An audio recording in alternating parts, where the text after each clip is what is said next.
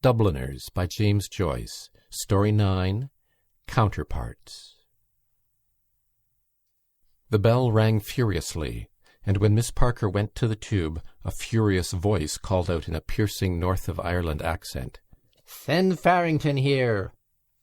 Miss Parker returned to her machine, saying to a man who was writing at a desk, "Mr. Alleyne wants you upstairs."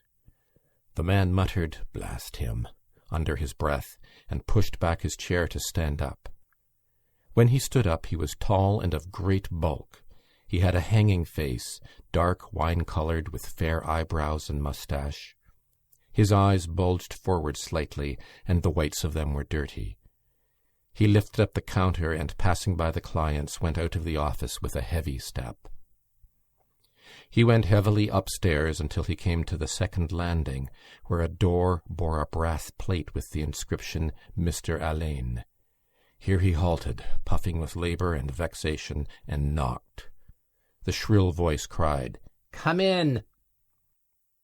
The man entered Mr. Alleyne's room.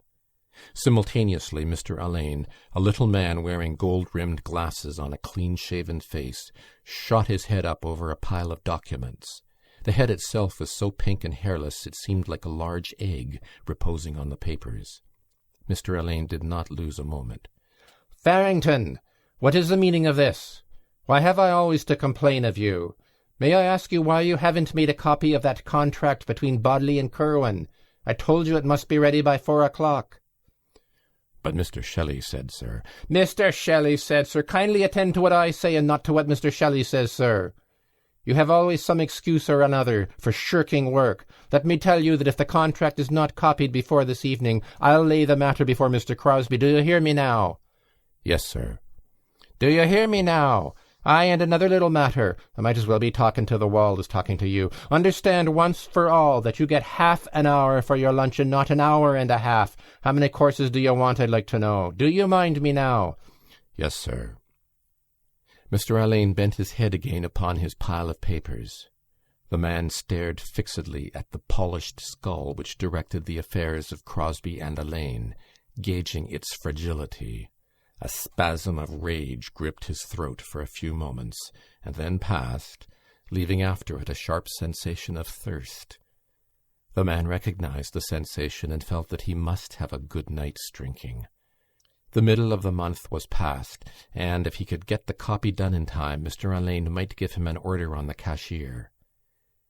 He stood still, gazing fixedly at the head upon the pile of papers.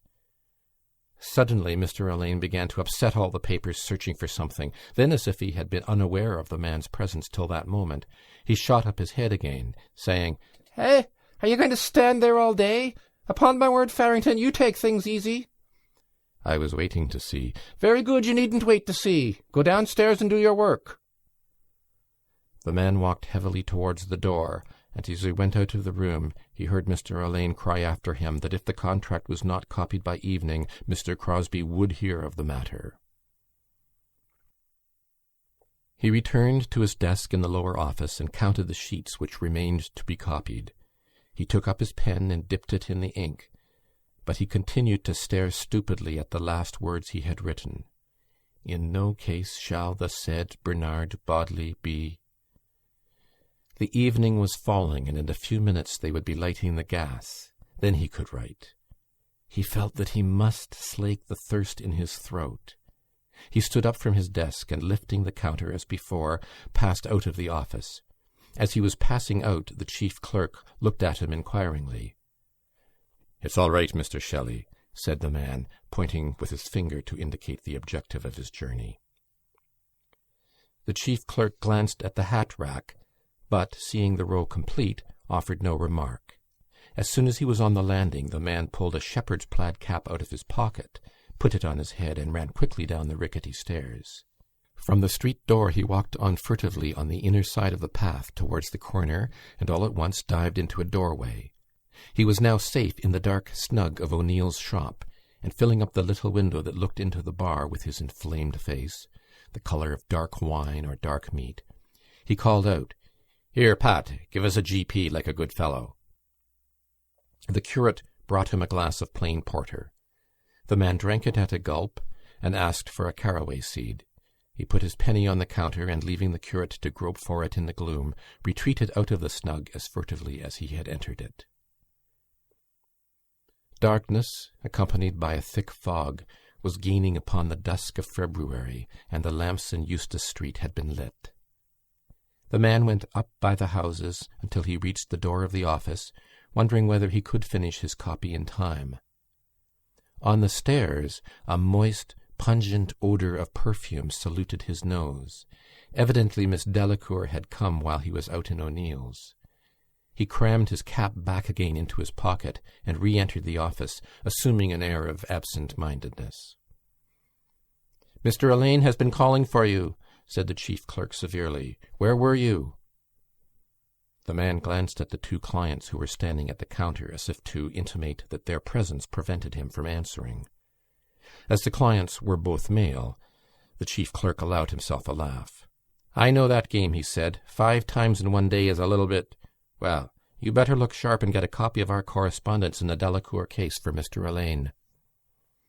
This address in the presence of the public, his run upstairs, and the porter he had gulped down so hastily, confused the man, and as he sat down at his desk to get what was required, he realised how hopeless was the task of finishing his copy of the contract before 5:30. The dark, damp night was coming, and he longed to spend it in the bars, drinking with his friends amid the glare of gas and the clatter of glasses. He got out the Delacour correspondence and passed out of the office. He hoped Mr. Alleyne would not discover that the last 2 letters were missing. The moist, pungent perfume lay all the way up to Mr. Alleyne's room. Miss Delacour was a middle-aged woman of Jewish appearance. Mr. Alleyne was said to be sweet on her, or on her money. She came to the office often, and stayed a long time when she came. She was sitting beside his desk now, in an aroma of perfumes, smoothing the handle of her umbrella, and nodding the great black feather in her hat. Mr. Alleyne had swivelled his chair round to face her, and thrown his right foot jauntily upon his left knee. The man put the correspondence on the desk and bowed respectfully, but neither Mr. Alleyne nor Miss Delacour took any notice of his bow. Mr. Alleyne tapped a finger on the correspondence and then flicked it towards him as if to say, "That's all right, you can go." The man returned to the lower office and sat down again at his desk. He stared intently at the incomplete phrase, "In no case shall the said Bernard Bodley be," and thought how strange it was that the last 3 words began with the same letter. The chief clerk began to hurry Miss Parker, saying she would never have the letters typed in time for post. The man listened to the clicking of the machine for a few minutes, and then set to work to finish his copy. But his head was not clear, and his mind wandered away to the glare and rattle of the public-house. It was a night for hot punches. He struggled on with his copy, but when the clock struck 5, he had still 14 pages to write. Blast it, he couldn't finish it in time. He longed to execrate aloud, to bring his fist down on something violently. He was so enraged that he wrote Bernard Bernard instead of Bernard Bodley, and had to begin again on a clean sheet. He felt strong enough to clear out the whole office single-handed. His body ached to do something, to rush out and revel in violence. All the indignities of his life enraged him. Could he ask the cashier privately for an advance? No, the cashier was no good, no damn good. He wouldn't give an advance. He knew where he would meet the boys, Leonard and O'Halloran and Nosey Flynn. The barometer of his emotional nature was set for a spell of riot. His imagination had so abstracted him that his name was called twice before he answered. Mr. Alleyne and Miss Delacour were standing outside the counter, and all the clerks had turned round in anticipation of something. The man got up from his desk. Mr. Alleyne began a tirade of abuse, saying that 2 letters were missing. The man answered that he knew nothing about them, that he had made a faithful copy. The tirade continued. It was so bitter and violent that the man could hardly restrain his fist from descending upon the head of the mannikin before him. "I know nothing about any other two letters," he said stupidly. "You know nothing. Of course you know nothing," said Mr. Alleyne. "Tell me," he added, glancing first for approval to the lady beside him, "do you take me for a fool? Do you think me an utter fool?" The man glanced from the lady's face to the little egg-shaped head and back again, and almost before he was aware of it, his tongue had found a felicitous moment. "I don't think, sir," he said, "that that's a fair question to put to me." There was a pause in the very breathing of the clerks. Everyone was astounded, the author of the witticism no less than his neighbours, and Miss Delacour, who was a stout, amiable person, began to smile broadly. Mr. Alleyne flushed to the hue of a wild rose, and his mouth twitched with a dwarf's passion. He shook his fist in the man's face till it seemed to vibrate like the knob of some electric machine. "You impertinent ruffian! You impertinent ruffian! I'll make short work of you. Wait till you see. You'll apologise to me for your impertinence, or you'll quit the office instanter. You'll quit this, I'm telling you, or you'll apologise to me." He stood in a doorway opposite the office, watching to see if the cashier would come out alone. All the clerks passed out, and finally the cashier came out with the chief clerk. It was no use trying to say a word to him when he was with the chief clerk.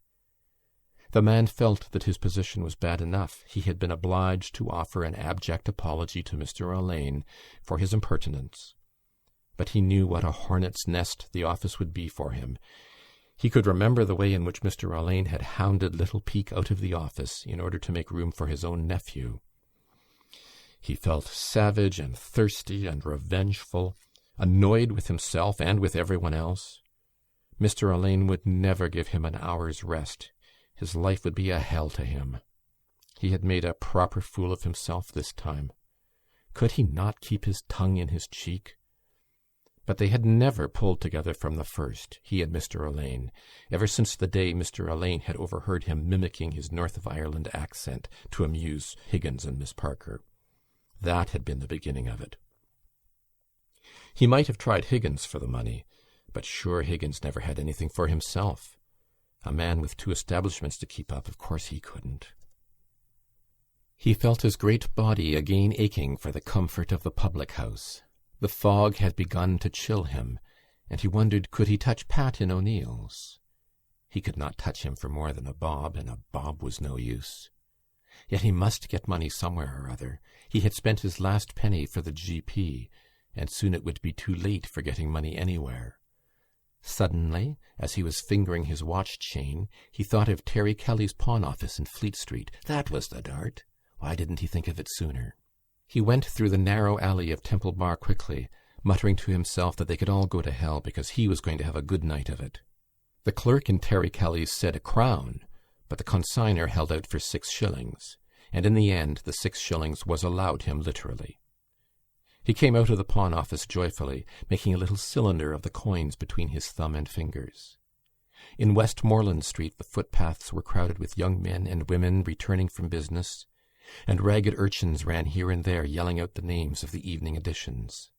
The man passed through the crowd, looking on the spectacle generally with proud satisfaction and staring masterfully at the office girls.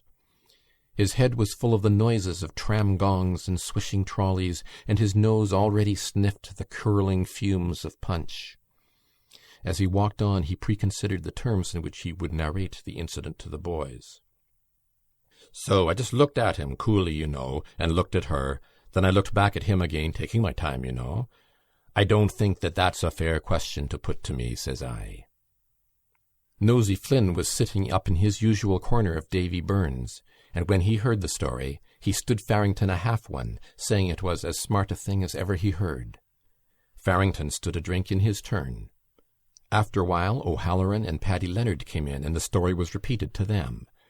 O'Halloran stood tailors of malt, hot all round, and told the story of the retort he had made to the chief clerk when he was in Callan's of Fownes Street. But as the retort was after the manner of the liberal shepherds in the eclogues, he had to admit that it was not as clever as Farrington's retort. At this, Farrington told the boys to polish off that and have another. Just as they were naming their poisons, who should come in but Higgins? Of course he had to join in with the others. The men asked him to give his version of it, and he did so with great vivacity, for the sight of 5 small hot whiskies was very exhilarating. Everyone roared laughing when he showed the way in which Mr. Alleyne shook his fist in Farrington's face. Then he imitated Farrington, saying, "And here was my nabs, as cool as you please," while Farrington looked at the company out of his heavy dirty eyes, smiling and at times drawing forth stray drops of liquor from his moustache with the aid of his lower lip. When that round was over, there was a pause. O'Halloran had money, but neither of the other two seemed to have any, so the whole party left the shop somewhat regretfully. At the corner of Duke Street, Higgins and Nosey Flynn bevelled off to the left, while the other 3 turned back towards the city. Rain was drizzling down on the cold streets, and when they reached the ballast office, Farrington suggested the Scotch House. The bar was full of men and loud with the noise of tongues and glasses. The 3 men pushed past the whining match-sellers at the door and formed a little party at the corner of the counter. They began to exchange stories. Leonard introduced them to a young fellow named Weathers, who was performing at the Tivoli as an acrobat and knockabout artiste. Farrington stood a drink all round. Weathers said he would take a small Irish and Apollinaris. Farrington, who had definite notions of what was what, asked the boys would they have an Apollinaris too, but the boys told Tim to make theirs hot. The talk became theatrical. O'Halloran stood a round, and then Farrington stood another round, Weathers protesting that the hospitality was too Irish.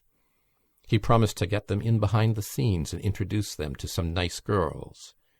O'Halloran said that he and Leonard would go, but that Farrington wouldn't go because he was a married man, and Farrington's heavy dirty eyes leered at the company in token that he understood he was being chaffed. Weathers made them all have just one little tincture at his expense, and promised to meet them later on at Mulligan's in Poolbeg Street. When the Scotch House closed, they went round to Mulligan's. They went into the parlour at the back, and O'Halloran ordered small hot specials all round. They were all beginning to feel mellow. Farrington was just standing another round when Weathers came back. Much to Farrington's relief, he drank a glass of bitter this time. Funds were getting low, but they had enough to keep them going. Presently, 2 young women with big hats and a young man in a check suit came in and sat at a table close by. Weathers saluted them and told the company that they were out of the Tivoli. Farrington's eyes wandered at every moment in the direction of one of the young women. There was something striking in her appearance. An immense scarf of peacock blue muslin was wound round her hat and knotted in a great bow under her chin, and she wore bright yellow gloves reaching to the elbow. Farrington gazed admiringly at the plump arm, which she moved very often and with much grace, and when, after a little time, she answered his gaze, he admired still more her large dark brown eyes. The oblique, staring expression in them fascinated him. She glanced at him once or twice, and when the party was leaving the room, she brushed against his chair and said, "Oh, pardon," in a London accent. He watched her leave the room in the hope that she would look back at him, but he was disappointed. He cursed his want of money and cursed all the rounds he had stood, particularly all the whiskies and Apollinaris which he had stood to Weathers. If there was one thing that he hated, it was a sponge. He was so angry that he lost count of the conversation of his friends. When Paddy Leonard called him, he found that they were talking about feats of strength. Weathers was showing his biceps muscle to the company and boasting so much that the other 2 had called on Farrington to uphold the national honour. Farrington pulled up his sleeve accordingly and showed his biceps muscle to the company. The 2 arms were examined and compared, and finally it was agreed to have a trial of strength. The table was cleared and the 2 men rested their elbows on it, clasping hands. When Paddy Leonard said "go," each was to try to bring down the other's hand onto the table. Farrington looked very serious and determined. The trial began. After about 30 seconds, Weathers brought his opponent's hand slowly down onto the table. Farrington's dark, wine-coloured face flushed darker still with anger and humiliation at having been defeated by such a stripling. "You're not to put the weight of your body behind it. Play fair." he said. "Who's not playing fair?" said the other. "Come on again. The 2 best out of 3. The trial began again. The veins stood out on Farrington's forehead, and the pallor of Weathers' complexion changed to peony. Their hands and arms trembled under the stress. After a long struggle, Weathers again brought his opponent's hand slowly onto the table. There was a murmur of applause from the spectators. The curate, who was standing beside the table, nodded his red head towards the victor, and said, with stupid familiarity, "Ah, that's the knack." "What the hell do you know about it?" said Farrington fiercely, turning on the man. "What do you put in your gab for?" "Shh," said O'Halloran, observing the violent expression of Farrington's face. "Pony up, boys. We'll have just one little smahan more, and then we'll be off." A very sullen-faced man stood at the corner of O'Connell Bridge waiting for the little Sandymount tram to take him home. He was full of smouldering anger and revengefulness. He felt humiliated and discontented. He did not even feel drunk, and he had only 2pence in his pocket. He cursed everything. He had done for himself in the office, pawned his watch, spent all his money, and he'd not even got drunk. He began to feel thirsty again, and he longed to be back again in the hot, reeking public-house. He had lost his reputation as a strong man, having been defeated twice by a mere boy. His heart swelled with fury, and when he thought of the woman in the big hat who had brushed against him and said pardon, his fury nearly choked him. His tram let him down at Shelburne Road, and he steered his great body along in the shadow of the wall of the barracks. He loathed returning to his home. When he went in by the side door, he found the kitchen empty and the kitchen fire nearly out. He bawled upstairs, "Ada! Ada!" His wife was a little sharp-faced woman who bullied her husband when he was sober and was bullied by him when he was drunk. They had 5 children. A little boy came running down the stairs. "Who is that?" said the man, peering through the darkness. "Me, Pa." "Who are you, Charlie?" "No, Pa, Tom." "Where's your mother?" "She's out at the chapel." "That's right. Did she think of leaving any dinner for me?" "Yes, Pa, I—" "Light the lamp. What do you mean by having the place in darkness? Are the other children in bed?" The man sat down heavily on one of the chairs while the little boy lit the lamp. He began to mimic his son's flat accent, saying half to himself, at the chapel, if you please." When the lamp was lit, he banged his fist on the table and shouted, "What's for my dinner?" "I'm going to cook it, Pa," said the little boy. The man jumped up furiously and pointed to the fire. "On that fire! You let the fire out! By God, I'll teach you to do that again!" He took a step to the door and seized the walking stick which was standing behind it. "I'll teach you to let the fire out," he said, rolling up his sleeve in order to give his arm free play. The little boy cried, "Oh, Pa!" and ran whimpering round the table, but the man followed him and caught him by the coat. The little boy looked about him wildly, but seeing no way of escape, fell upon his knees. "Now you'll let the fire out the next time," said the man, striking at him vigorously with the stick. "Take that, you little whelp." The boy uttered a squeal of pain as the stick cut his thigh. He clasped his hands together in the air, and his voice shook with fright. "Oh, Pa," he cried, "don't beat me, Pa, and I'll say a Hail Mary for you. I'll say a Hail Mary for you, Pa, if you don't beat me. I'll say a Hail Mary." End of Counterparts. Recording by Bruce Peary.